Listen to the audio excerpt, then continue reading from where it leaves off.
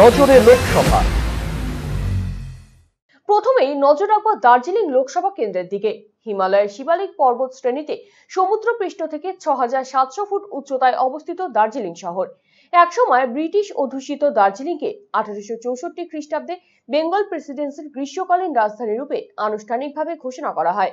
১৮৮১ খ্রিস্টাব্দে দার্জিলিং শহরের উন্নয়নে চালু হয় দার্জিলিং হিমালয়ান রেল, যে পাহাড়ের বুক চিরে বয়ে চলেছে পাহাড়ি নদী। পাহাড়ের খাঁজে খাঁজে গড়ে উঠেছে জনবসতি। ইতিহাসের পাতা থেকে সংগৃহীত সেই দার্জিলিং এর কাহিনী নিয়েই থাকছে এই বিশেষ প্রতিবেদনে ইতিহাসে দার্জিলিং। রাজ্যের চতুর্থ লোকসভা আসনটি হলো দার্জিলিং, যে লোকসভা কেন্দ্র গঠিত হয়েছে তরাই সমতল ও পাহাড়কে নিয়ে। তরাই ও সমতলে রয়েছে শিলিগুড়ি শহর এবং পাহাড় অঞ্চলে কার্শিয়াং, কালিম্পং ও দার্জিলিং। চলুন প্রথমে ঘুরে আসি দার্জিলিং পাহাড় থেকে। দার্জিলিং নামটির উৎপত্তি তিব্বতী শব্দ দোরজে, যার অর্থ বজ্রদণ্ড, এবং লিং, যার অর্থ স্থান বা দেশ। এই দার্জিলিং শব্দ দুটি থেকে এসেছে দার্জিলিং। হিমালয়ের শিবালিক পর্বত শ্রেণীতে সমুদ্রপৃষ্ঠ থেকে ৬৭০০ ফুট উচ্চতায় অবস্থিত দার্জিলিং শহর। ১৯বিংশ শতাব্দীর গোড়ার দিকে ব্রিটিশ ভারতের ঔপনিবেশিক প্রশাসন এই এলাকায় একটি স্যানিটোরিয়াম ও একটি সামরিক ডিপো স্থাপন করার পর এই শহরের নথিবদ্ধ ইতিহাসের সূচনা ঘটে। ইতিহাসের পাতায় পাওয়া যায় ১৯বিংশ শতাব্দীর প্রথমার্ধ পর্যন্ত দার্জিলিং সংলগ্ন পাহাড়ি অঞ্চল সিকিম রাজ্য দ্বারা শাসিত হতো। ১৭৮০ খ্রিস্টাব্দ থেকে নেপালের গোর্খারা সমগ্র পাহাড়ি অঞ্চল অধিকারের চেষ্টা করলে সিকিম রাজ্যের চোগিয়াল তাদের সঙ্গে যুদ্ধে জড়িয়ে পড়েন। নেপালিরা তিস্তা নদীর তীর পর্যন্ত সিকিম সেনাবাহিনীকে হটিয়ে দিতে সক্ষম হয়। ১৮১৪ খ্রিস্টাব্দে নেপালিদের বিজয় যাত্রা রুখতে ইঙ্গো গোর্খা যুদ্ধ সংগঠিত হয়। গোর্খারা যুদ্ধে পরাজিত হলে স্বাক্ষরিত হয় সগৌলি চুক্তি, যার ফলে সিকিম রাজ্য থেকে অধিকৃত মেচি নদী থেকে তিস্তা নদী পর্যন্ত অঞ্চল নেপালিরা ব্রিটিশ ইস্ট ইন্ডিয়া কোম্পানিকে সমর্পণ করতে বাধ্য হয়। ১৮১৭ খ্রিস্টাব্দ তিতলিয়া চুক্তির মাধ্যমে ব্রিটিশ ইস্ট ইন্ডিয়া কোম্পানি এই অঞ্চল চোগিয়ালকে ফিরিয়ে দিয়ে সিকিম রাজ্যের সার্বভৌমত্ব সুনিশ্চিত করে।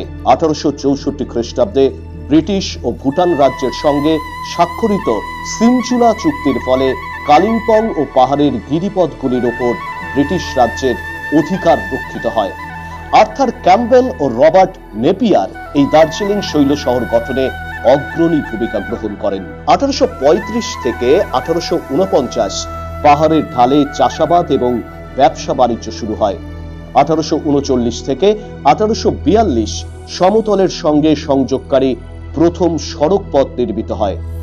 ১৮৪৮ খ্রিস্টাব্দে দার্জিলিং শহরে ব্রিটিশ সৈন্যদের জন্য অস্ত্রাগার নির্মিত হয়। ১৮৫০ খ্রিস্টাব্দে এই শহরকে পুরসভায় পরিণত করা হয়।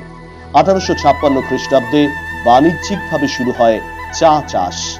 ১৮৬৪ খ্রিস্টাব্দে দার্জিলিং শহরকে বেঙ্গল প্রেসিডেন্সির গ্রীষ্মকালীন রাজধানী রূপে আনুষ্ঠানিক ঘোষণা করা হয়। ব্রিটিশদের সঙ্গে সিকিমের ক্রমবর্ধমান বিরোধের ফলে ১৮৬৫ খ্রিস্টাব্দে তিস্তা নদীর পূর্ব তীরের অঞ্চলগুলি ব্রিটিশদের হাতে আসে। ১৮৬৬ খ্রিস্টাব্দে ১.২৩৪ বর্গমাইল এলাকা নিয়ে গঠিত হয় দার্জিলিং জেলা। ১৮৮১ খ্রিস্টাব্দে দার্জিলিং শহরের উন্নয়নে চালু হয় দার্জিলিং হিমালয়ান রেল। ব্রিটিশ শাসনকালের শুরুতে দার্জিলিংকে অর্থনৈতিকগতভাবে অনুন্নত জেলা হিসাবে গণ্য করার ফলে ভারতের অন্যান্য জেলাতে প্রযোজ্য আইন এই জেলাতে বলবৎ করা হতো না। ১৯১৯ খ্রিস্টাব্দে এই পাহাড় অধ্যুষিত অঞ্চলকে পিছিয়ে পড়া অঞ্চল হিসাবে ঘোষণা করা হয়। ভারতের স্বাধীনতা আন্দোলনের সময় দার্জিলিং এর চা বাগানগুলিতে ছড়িয়ে পড়ে অসহযোগ আন্দোলনের ঢেউ। ১৯৪০ খ্রিস্টাব্দে চা শ্রমিকদের সংগঠিত করে কমিউনিস্টরা ব্রিটিশদের বিরুদ্ধে জাতীয়তাবাদী আন্দোলন শুরু করেন। ১৯৪৭ খ্রিস্টাব্দে ভারতের স্বাধীনতার পর দার্জিলিং, কার্শিয়াং, কালিম্পং ও তরাই অঞ্চলের কিছু অংশ নিয়ে গঠিত হয় স্বাধীন ভারতের দার্জিলিং জেলা, যা পশ্চিমবঙ্গ রাজ্যের সঙ্গে সংযুক্ত হয়। ব্যুরো রিপোর্ট, আরসিটিভি সংবাদ।